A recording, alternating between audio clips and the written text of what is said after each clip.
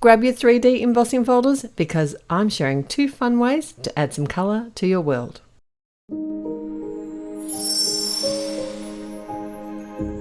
There are many different ways to take 3D embossing folders a step further, and today's technique involves adding colour to the embossed image. Now I've got 2 different ideas to share with you, and I want to walk you through the process. So I've got the beautiful Eclectic Bouquet floral embossing folder, and I'm just using the cheat sheet from Spellbinders to find out exactly what sandwich I need to use for the Platinum 6 with the Altenew 3D folders. So it's really easy. That way you can never go wrong. If you look at the cheat sheet, you use whatever sandwich suits the die cutting machine that you have. So I've got some 80-pound Nina cardstock here. If you are using a thicker cardstock, if you are going to be maybe doing some watercoloring for this technique, or something that you just prefer like a heavier weight cardstock, I would recommend to spritz it with a little bit of water first before you run it through the machine to prevent cracking of the cardstock. And how pretty is this folder? The other thing too is when you are running it through the machine, don't hang the cardstock out the side of the embossing folder, because sometimes you can end up with lines on the actual cardstock. Right, so we're straight into the first technique, which is to add colour using alcohol markers. Now these artist markers come in so many different colours. These are mostly from the Cottage Garden set. So really pretty colours. And what inspired me to create these cards today and to share this technique with you was a card that I recently made for a release for Altenew. And I will link that in the description below so that you can see another version of a 3D embossed folder coloured with some alcohol markers, just for some inspiration. So what I've done here is chosen the colours that I want to use, and I'm colouring each petal and each leaf separately. This is not for the faint-hearted, so if you want a fast and easy technique, stick around because I've got another technique to share with you to add colour really quickly on my next card design. So what I'm doing here is layering up the colours and blending them as I go. I'm using the embossed image as almost like a guide, almost like it's been stamped. It is a little bit harder to see, so sometimes you might need to refer to the packaging if you're not sure if something is a leaf or a petal. But you know what? It doesn't really matter. No one's going to know. So I'm using darker colours closer to the centre of the petals, the same as I would if I was colouring a normal flat stamped image. So adding a small amount of dark colour, then coming in with a lighter colour and then blending it out. I'm trying not to make the cardstock too wet because I know alcohol markers aren't very wet, but if you oversaturate the paper, there is the possibility of losing some of the dimension of the embossed image. So I wasn't really happy with the colours that I chose for the purple flower, and I really overworked this image, and I can do that sometimes, but don't worry, I'm going to show you how to fix it soon. One of my tips is try not to get too hung up on blending the colours, because this is not going to be a perfection sort of type looking image. It's going to have a few sort of rough edges. And if you step away after you've blended the two, like a lighter and a darker alcohol marker together, if you step away and allow it to dry, you'll actually find that the colour will keep blending as it dries.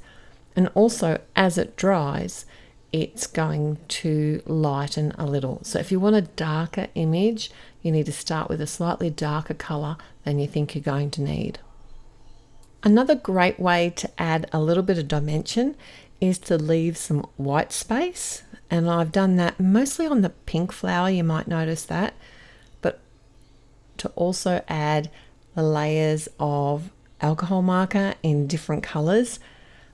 I like to sort of let an area dry, and then you'll watch, I'll keep coming back to different areas. I don't stick to one image or one portion of the image and just keep colouring until it's finished. I tend to allow some time for the cardstock to dry, for the marker to dry within the cardstock before I come back and add another colour or add some depth. And sometimes just sitting back and looking at the image as I'm colouring, that will give me a better perspective of where I think the shadows and also the highlights need to be. Now, my eyesight isn't what it used to be, even with glasses, so I've found some of the portions of this a little bit hard to see, but I just referred to the packaging. Another option is, if you're not getting any luck looking at the packaging, then how about heading to the website where the product's sold, because there's always going to be lots of examples there to let you see what the finished design is going to look like. Or if you've coloured it before, then you're also going to know, where the leaves, which ones are leaves and which ones are petals, especially in a busy bouquet like this one here. So with this purple flower, I did come back in and add a different tone of purple just to sort of lighten it up and make it look less grey. It just wasn't how I pictured it in my head. And that's one of the great things about alcohol markers, is that you can actually almost reactivate them, or blend a new color over top if you're not particularly happy.